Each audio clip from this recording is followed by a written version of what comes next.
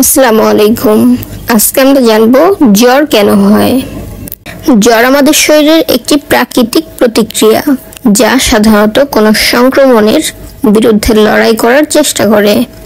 তবে জ্বরের কারণ শুধুমাত্র সংক্রমণই নয়, আরও অন্যান্য কারণও থাকতে পারে। জ্বরের কারণগুলো আমরা জেনে নেই। 1. সংক্রমণ।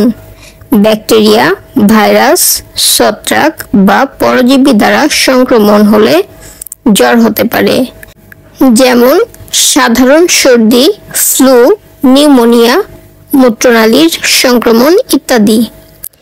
2. দাহ।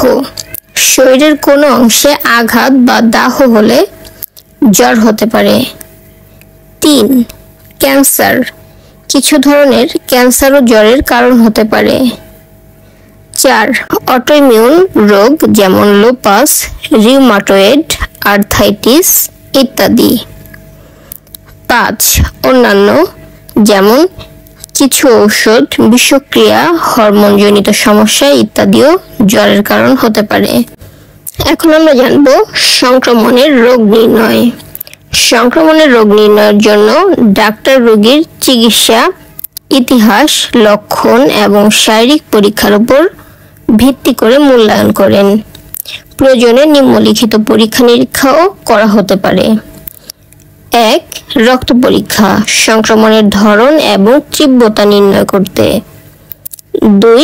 মূত্র পরীক্ষা, মূত্রনালীর সংক্রমণ নির্ণয় করতে। 3.